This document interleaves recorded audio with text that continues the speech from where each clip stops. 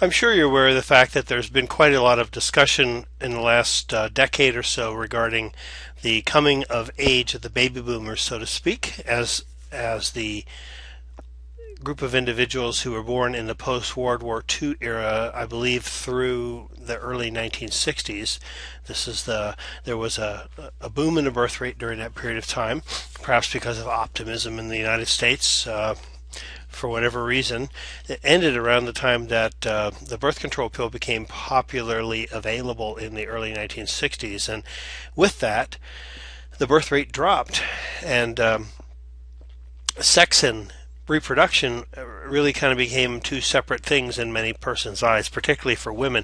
It perhaps was always this for men, but for women it was very difficult to separate the two, sex and reproduction, because of the fact that they had so little control over their capacity to not get pregnant at different times. And so in any event, prior to that time, there was an increase in the birth rate, and those are the baby boomers.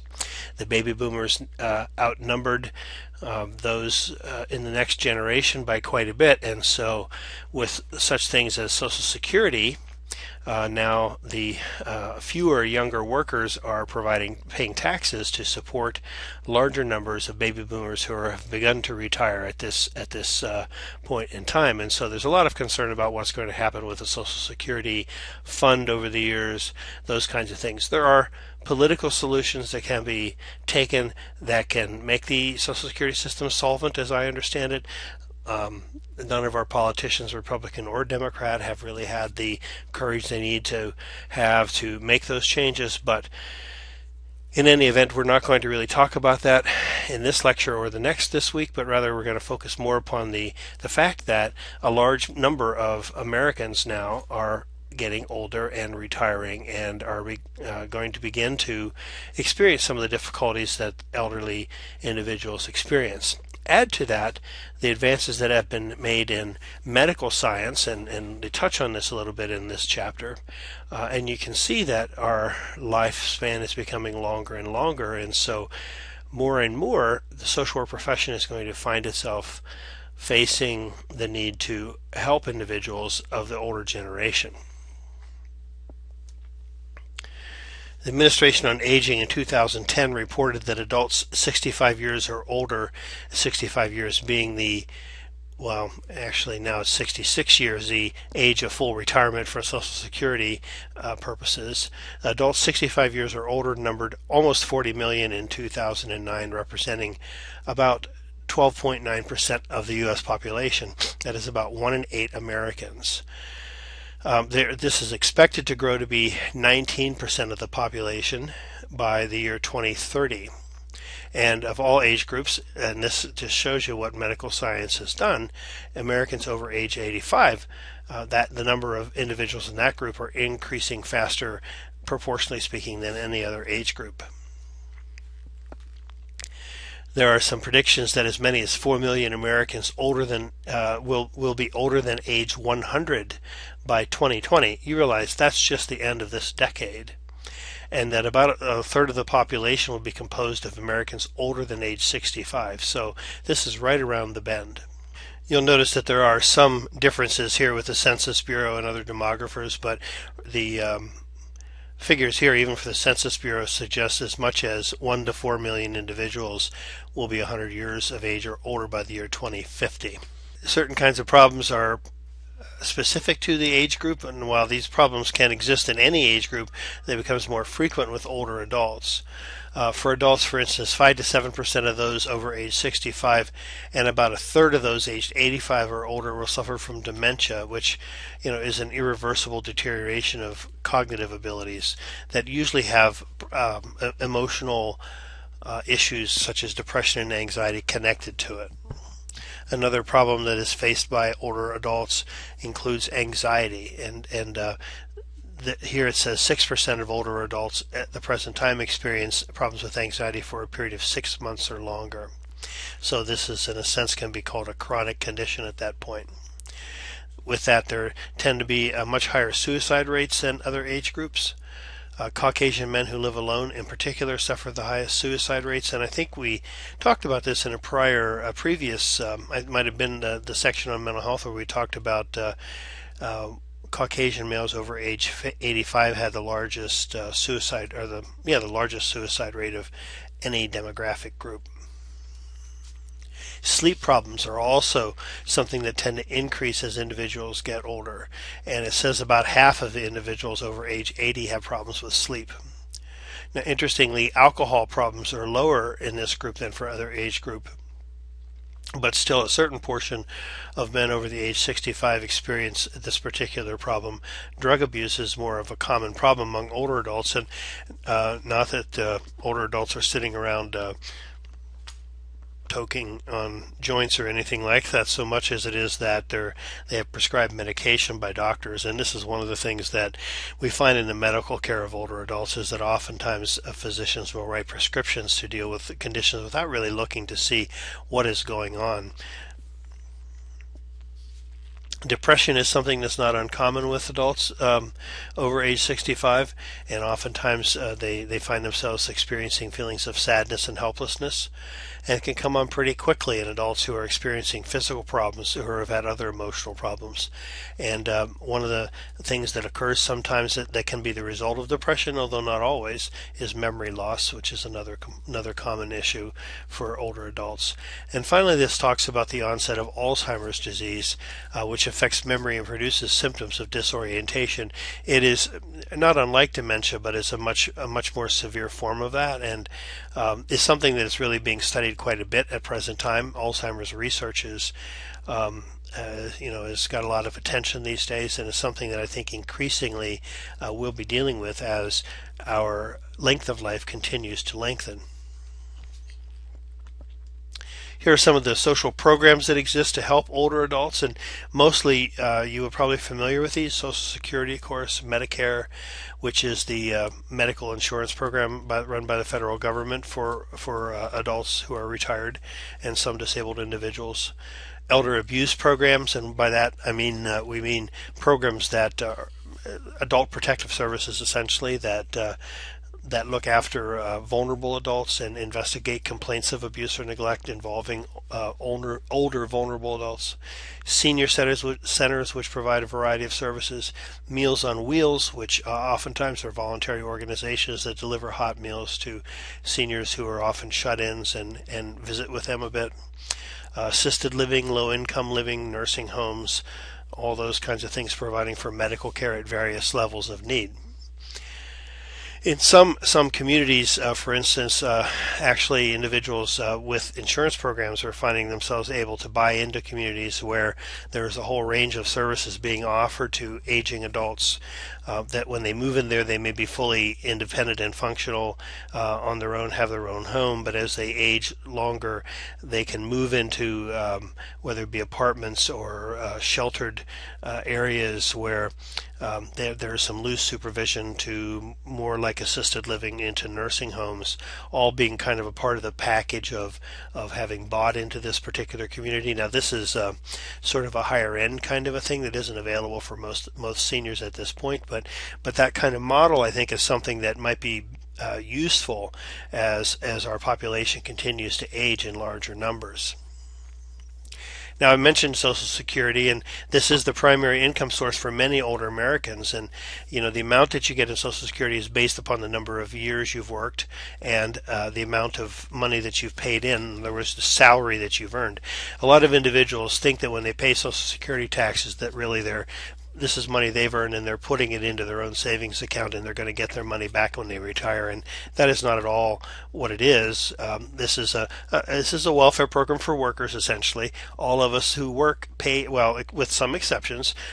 Some government organizations, such as the state of Alaska, for instance, opt out of Social Security and have their own retirement income program, but most employers are in the Social Security system, and so based upon the number of years you're in there and how high your salary was, how many contributions you made, is going to determine how much you'll get in retirement. Now, you also have to work a minimum of 40 quarters, that is 10 years essentially, 3 months per quarter, with what they call, I think, substantial earnings in order to qualify for Social Security and for Social Security disability. So that if you don't work that amount of time, then you're not going to be eligible for Social Security when you do reach retirement age. And you can see the tax rate there for wages paid in 2009 was 6.2%.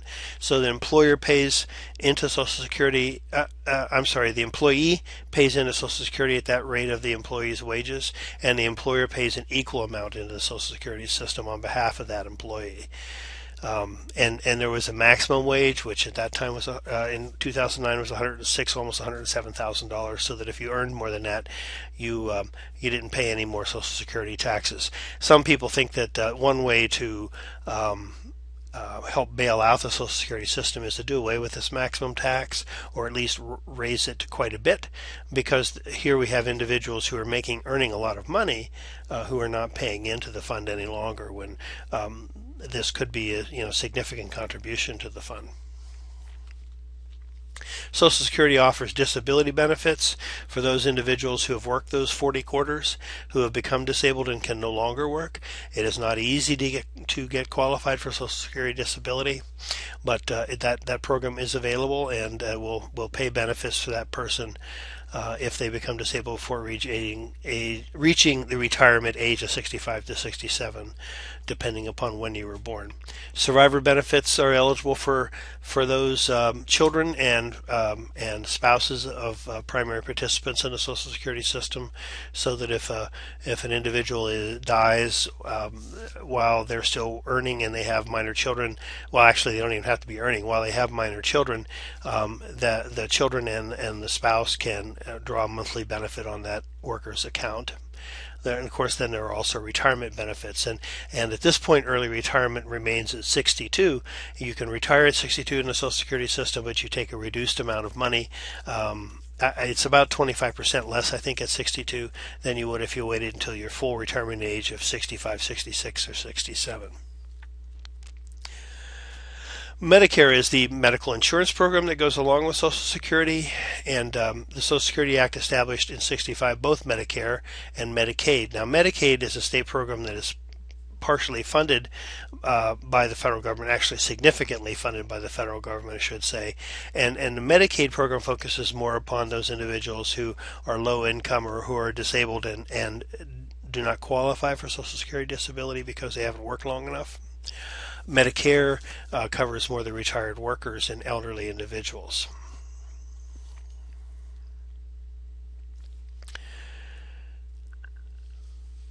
There are some estimates going back into the 1990s that suggest that as many as 500,000 or more elderly persons aged 60 and over experience abuse, neglect, or self-neglect in domestic settings. In other words, these are vulnerable adults who are dependent upon other adults and who are being abused or neglected.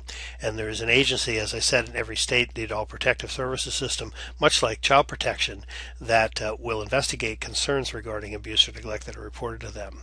Now, this says about 21% were reported and substantiated by Adult Protective Services, with the remaining 80% not reported to APS agencies. That would imply that every investigation's resulted in substantiated findings, and I'm sure that's not the case. So I did go back and check into the text. In fact, that this is how it is stated in the textbook, but I believe it's misstated. So my guess is that probably 21% of the reports to Adult Protective Services were substantiated probably during the course of the investigation. But still, you see 100,000 or more individuals who are being abused or neglected by their caregivers.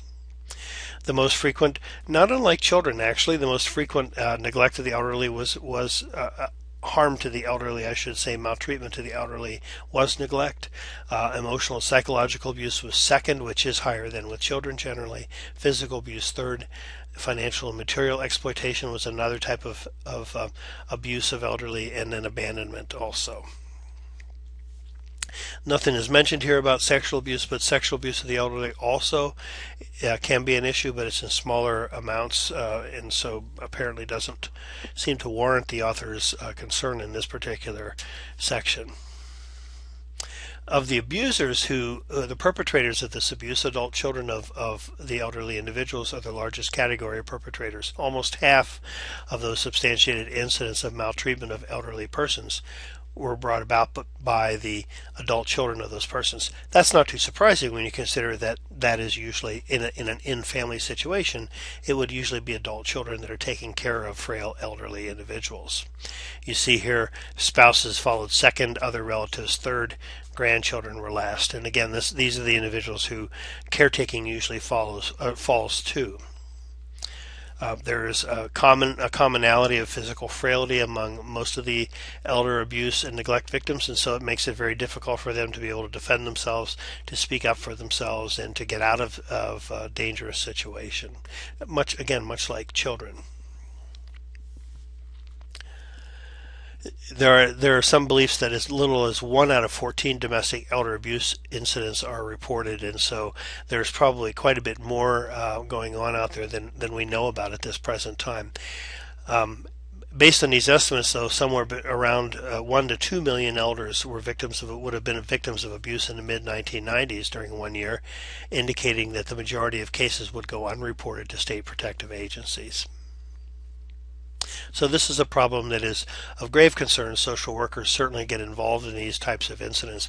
In the state of Alaska, unlike child protection programs which are spread out throughout all the communities, as far as I know, there is one adult protective services unit in Alaska that is located in Anchorage.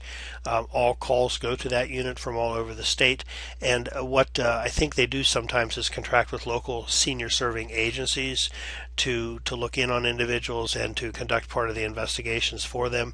If things look serious, then I think then they become personally involved in it. At least that's how I understood it was happening some years ago.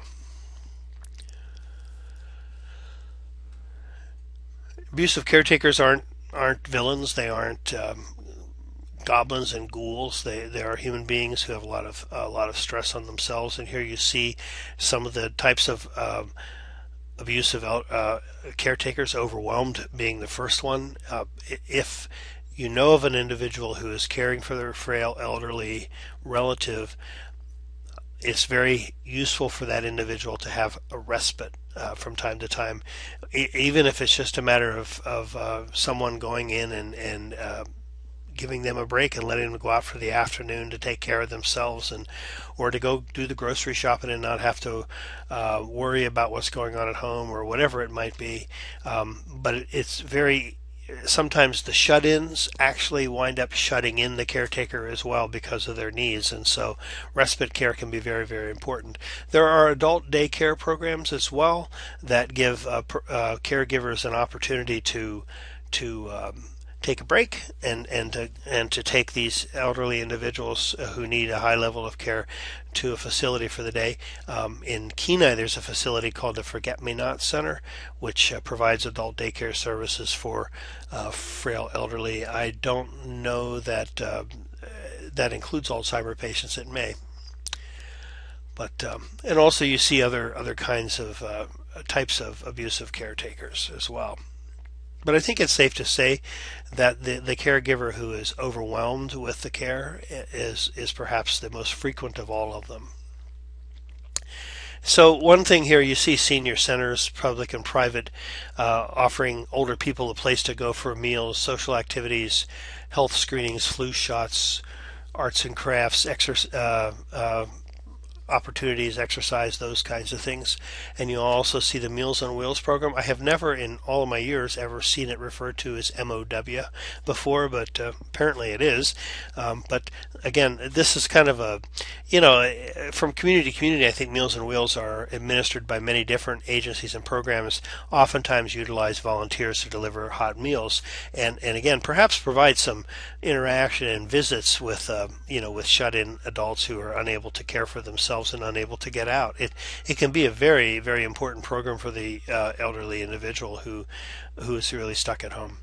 And not mentioned here again is adult daycare centers aren't mentioned in the text, but they're another very vital resource that I think is becoming more popular. There are some agencies that focus upon caregivers themselves and providing them with support and care.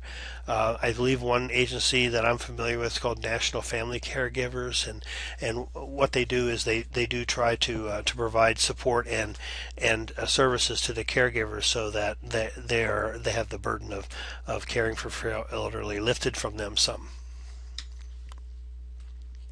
You have assisted living and low-income homes and nursing homes that really, depending upon the need of the adult and how capable they are of caring for themselves, they may go. I am familiar with some apartment buildings for instance, in our little towns here in Kenai and Soldotna alone, where adults, seniors, have to qualify to get in here based on income, but they live in an apartment building with indoor entries, but they have their own apartment, their own kitchen, they care for themselves, and yet there are people nearby if they have any needs that can come to their aid very quickly. And so it's independent living, but independent living with a support network that's available really ready at hand in case anything should happen. Then there are more assisted living kinds of facilities where they're not hospitalized, they're not really in a nursing home, but and have maybe some functions, but generally really need somebody supervising much more closely with them and caring for them more closely. And then nursing homes, which is more of a medical kind of a need for those that have more severe needs of support and et cetera, et cetera.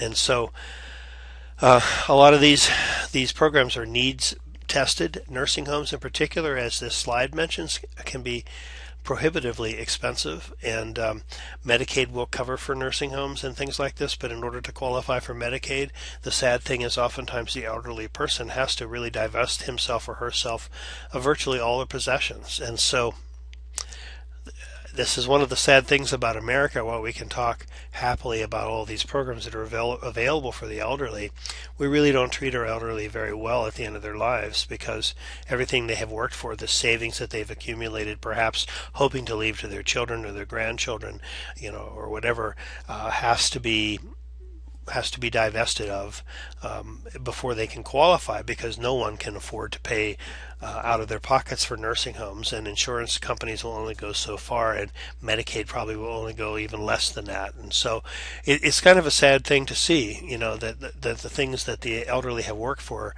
they have to get rid of at the end of their life and live on an allowance in a nursing home where they get a little bit of their money from the nursing home administration, the rest of it going to their daily care. Social workers help older adults in a variety of different settings and types of services provided that include counseling and psychotherapy, helping the adults, older adults with really day-to-day kinds of basic needs like finances and organizing finances and food and shelter.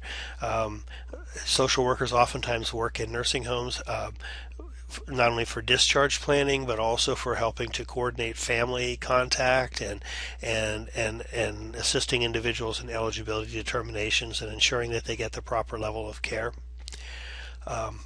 Oftentimes work in agencies to protect older adults, that is in adult protective services agencies, provide advocacy for adults, older adults in the political system and in agencies in the community, case management assistance that assist older adults in making sure that they get their needs filled in a timely and appropriate fashion and in the best way possible. Visiting with individuals and supporting families that are providing for adults that are frail and needy, and also helping with things like retirement planning and just different life transitions, like from work to retirement, or assisting sometimes in the loss of a spouse or a loved one.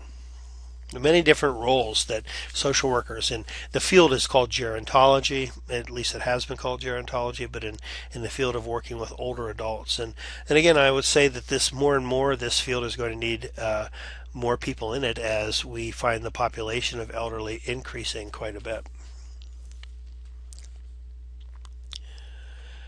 The highest suicide rate is among persons aged 85 and over. I've said that earlier. That's twice the national rate, and the second highest suicide group is adults 75 to 84. So this probably comes as a surprise to most of us because we don't think of elderly adults committing suicide. We see this as something somehow more tragically connected to younger individuals and things. But in fact, when you look at a per capita basis, the particularly the elderly, I think the male especially who is living alone is the most vulnerable to this particular type of problem.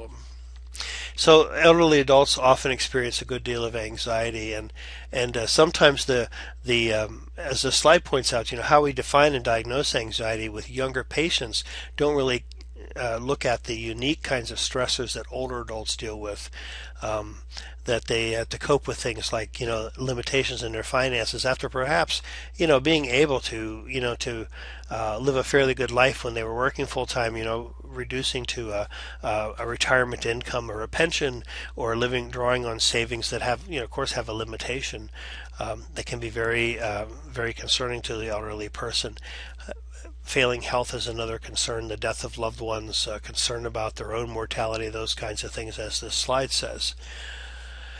And some of the things that might suggest anxiety include things like chest pains and palpitations and night sweats and shortness of breath. And these are all things that really, the doctors are going to treat the symptoms of and may not always look at what's going on underneath the surface and what is causing these things.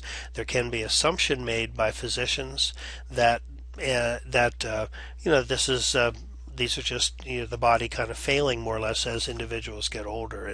And if you have a loved one who's older, or if you are an older individual yourself seeing a doctor, you should feel free to speak up and challenge some of the assumptions that doctors may make about the reasons for these things. There's a certain kind of mentality, and I hope this is not the case among doctors who work with older people, but there's a certain mentality that as we age, of course we're not going to do as well, and of course we're going to have more illnesses, and of course we'll have heart problems and things like this, and so less of an aggressive kind of approach to dealing with those things, perhaps because people are getting older, and elderly individuals deserve the same type of medical care as anyone of any age does. Loneliness, feelings of worthlessness and uselessness create a lot of late life anxiety concerns, and as many as a third of the older care patients that this one study reported. And again, things like health problems and a loss of friends and loved ones and financial problems contribute to anxiety as well.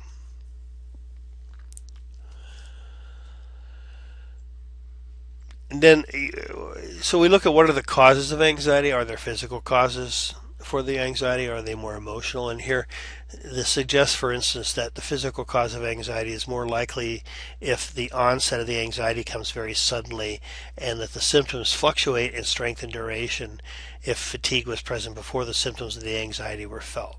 That sometimes these kinds of things are an indicator that there's a physical cause for the anxiety and not necessarily an emotional thing. Medical problems that could become symptoms of anxiety include things like endocrine issues and cardiovascular problems, pulmonary problems, neurological disorders, those kinds of things, and also the effects of certain kinds of medications. And again, elderly individuals find themselves taking many more medications than younger individuals do. But the emotional cause of anxiety is more likely if the symptoms have lasted 2 or more years with very little change in severity, and if the person has other coexisting emotional symptoms. And so this is suggesting really, yes, we want to perhaps deal with the anxiety, treat the anxiety, but also remember that sometimes there are physical, sometimes there are emotional reasons, different causes for the anxiety, and that we should look for the root cause of it and see if we can resolve those issues so that the anxiety doesn't need to be there any longer. Depression is another common issue of an emotional nature for older adults, and that may express itself through physical complaints issues with sleep, eating disorders, digestive problems, sometimes feelings of lethargy and not really wanting to engage in the activities that they usually enjoy doing, those kinds of things. Severe depression can result even in psychotic-like symptoms that include hallucinations and loss of touch with reality. These can be attributed to other kinds of things like dementia and other kinds of psychotic disorders. So again, it's what we call a differential diagnosis to try your best to get a good history and to understand exactly what's going on in that older adult's life before you begin to make assumptions about the causes of depression.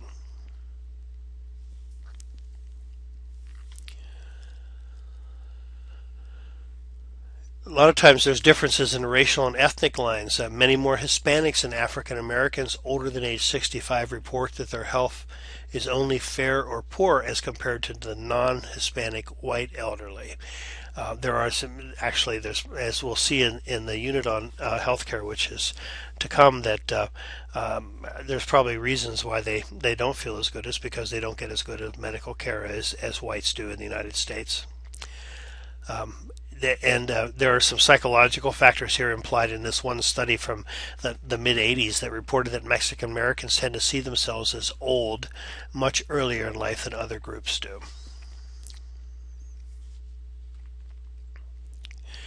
That these attitudes and expectations about aging tend to put the Hispanic elderly at increased risk of what has been called psychological death. That is where you kind of just disengage or give up and don't really want to be involved actively with others. There are certainly levels of community health and individual health, and the two that a healthier community that engages the adult is one that is probably going to have healthier adults living in it. One study here from the 1970s even suggested that older adults oftentimes would report their community as their primary source of support rather than their own family. But social support networks for older adults are certainly a factor in positive physical and mental health for all older adults. So looking at some of the problems associated with adults, what are some of the things that help adults age successfully? And here's a list of the kinds of things that we see, the characteristics among successfully aging older adults. For one, they see themselves as healthier than their peers, even if their physicians don't agree. I kind of like that phrase. Even if their physicians don't say so, they believe they're healthier. They plan ahead. They maintain intellectual curiosity and involvement with creative activities. They find their life meaningful. They use humor. They stay physically active and continue physical activities such as walking and tennis and whatever it is that they might have done earlier in their lives. They tend to have a more serene and spiritual approach to life, and this is an area that I think is important as well as among elderly individuals, to have a sense of being connected to a larger existence is something in not in a morose way, but a sort of a spirituality which can also help older adults be accepting of their process in life. Continuing to maintain their connections and friendships and interpersonal relationships with their own children and grandchildren, as well as with individuals outside the family, and being socially involved in civic and volunteer work and being involved in the community. The economic crisis, this last slide in this lecture, talks a little bit about the economic crisis in the last decade and how that impacted older Americans, because a lot of older Americans found their retirement bundle, so to speak, really kind of ripped apart because of the economic collapse in the 2007-2008, and a lot of individuals lost a lot of their life savings through that process, and so it's created a lot of additional stress.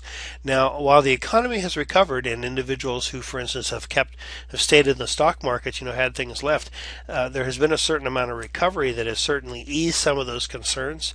There's still a lot of worry about the fact that there are predictions that we're not out of the economic problems from that time period, and that we could have a repeat of what occurred in 2008 again, pretty unexpectedly. And so a lot of older adults feel like they need to keep working longer, working well past age 65 to make up for income lost in their savings, or out of fear that that they just need to accumulate more savings and things. So retirement has become a much more difficult issue for older adults. So with that, that should pretty much covers the main topics that the chapter talks about in working with older adults. And if you have any questions from this chapter, please do contact me and let me know. Otherwise, take a break and come on back and pick up the next chapter in the lecture.